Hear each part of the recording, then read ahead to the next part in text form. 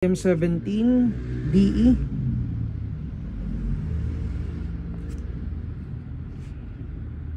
License unit siya guys, kaya kompleto din ng markings niya. So available in color black at saka itong DE.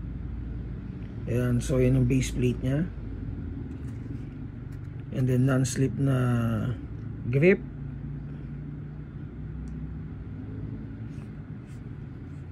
So may ano na rin siya, cut na rin siya doon sa slide niya for optic attachment.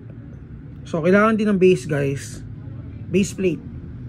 And then may under rail na rin siya for laser flashlight attachment. So yung slide is metal. So available sa store natin, ang price is 10,500.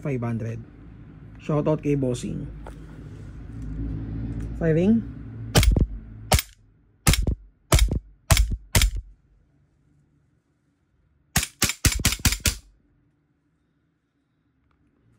For details, PM lang kayo sa page natin, Mavs Hobby Shop.